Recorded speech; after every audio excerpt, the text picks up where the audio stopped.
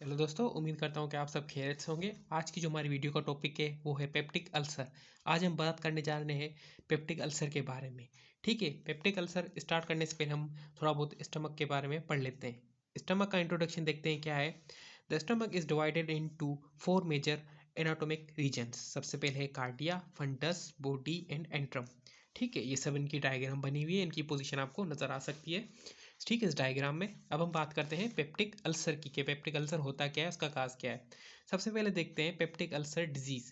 Peptic ulcer disease या उसको short form में बोलते हैं PUD, refer to chronic mucosal ulceration affecting the duodenum और stomach and is almost always associated with H.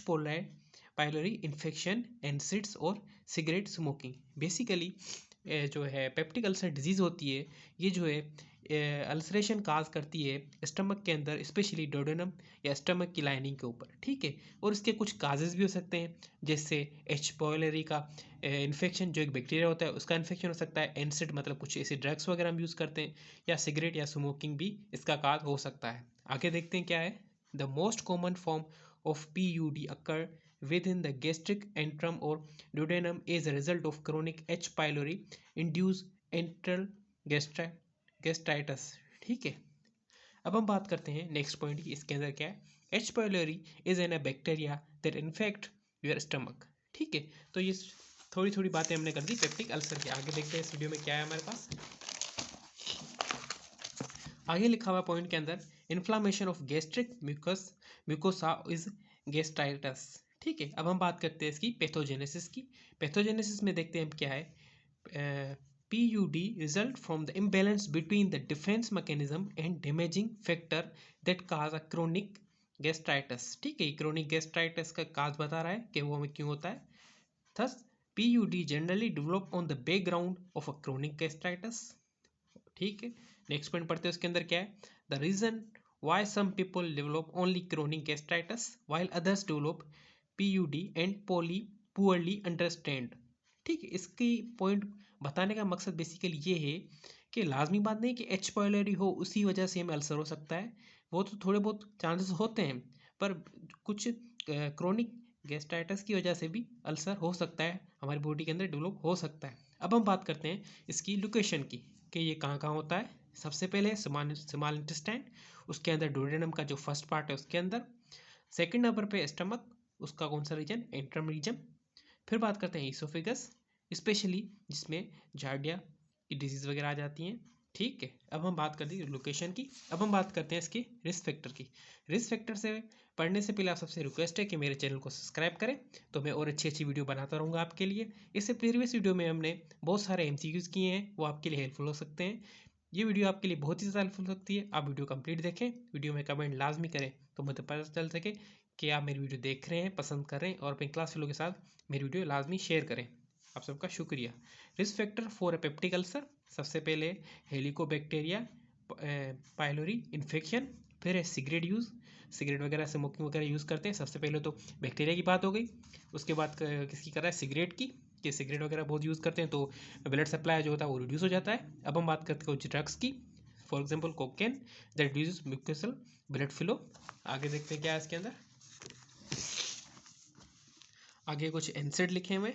फिर psychology stress, वो क्या करता है, can increase gastric acid secretion.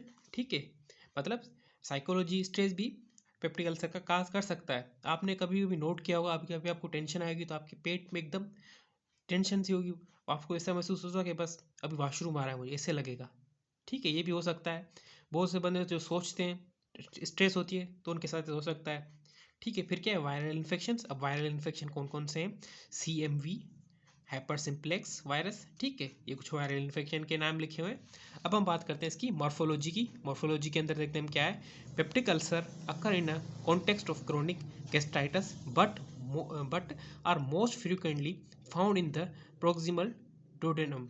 ठीक है, बेसिकली इसकी जो मॉर्फोलॉजी है वो दो होती है, दो पोजीशन पे, एक डोडेनम पे और स्टमक के अंदर एंट्रम में। ठीक है, अब बात करते हैं gastric peptic ulcer are predominantly located along lesser curvature near the interface of the body and antrum. ठीक है, ये स्टमक की बात हो रही है। अब हम देखते हैं क्या है। पेप्टिक अल्सर्स आर सोलिटरी, वो सिंगली होते हैं, is more than 80% of the patient are from around the oval shapely punched out defect. ठीक है, अब हम बात करते हैं इन कॉन्ट्रैक्ट हैव अब margin are more characteristics of cancer.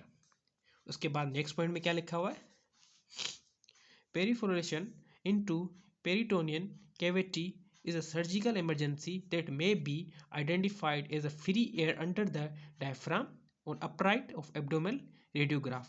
ठीक है, आगे देखते हैं मॉर्फोलॉजी में इसके अंदर क्या है। आगे जो लिखा हुआ है, peritoneum is the membrane that line abdomen cavity. फिर क्या है, द बेस, इसके अंदर बेसिकली पेरिटोनियम जो मेम्ब्रेन है उसकी बात हो रही है कि वो एब्डोमेन कैविटी के सराउंड होती है। The base of peptic ulcer is a smooth and clean edge a result the peptic digestion of exudate. आगे बात करते हैं, bleeding from the vessels may be cause life threatening haemorrhages, scarring में occur. ठीक है, फिर बात करते हैं इसके क्लिनिकल फीचर्स की।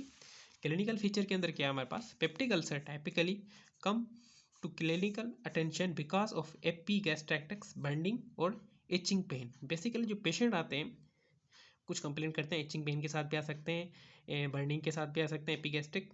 ठीक है, आगे देखते हैं क्या है, the pain tends to occur 1 to 3 hours, ये इसका कुछ टाइम पीरियड लिखा है, after a meal during the day worse at the night usually between the 11 PM and 2 AM and relieved by alkaline और फूड। उसके बाद कुछ इसकी कंडीशंस लिखी हुई है, जैसे कि nausea, vomiting, bloating, belching and significant weight loss and additional manifestation. ठीक है, प्रोनाउंसिएशन मुझसे नहीं हो रही, आप देख लेना। आगे देखते हैं क्या है, फिर क्या है, with presenting ulcer the pain occasionally referred to the back and left upper quadrant और chest where it may be many misinterpreted as a cardiac in a origin. ठीक है, ये बेसिकली क्लिनिकल फीचर्स कुछ बता रहा है। फिर क्या है, current therapies of for PUD are aimed at H. pylori and neutralization of a gastric ulcer primarily with proton pump inhibitors। आगे क्या है, लास्ट पॉइंट में हमारा, it is also important to withdraw offending agent such as NSAIDs. ठीक है, तो ये सारी हमारी बात हो गई पेप्टिक अल्सर पे। अगर वीडियो आपको पसंद आ रही है तो मेरी वीडियो को लाइक करें, शेयर करें, कमेंट करें। आप सबका शुक्रिया, आप मेरी वीडियो देखते हैं, लाइक करते हैं, शुक्रिया।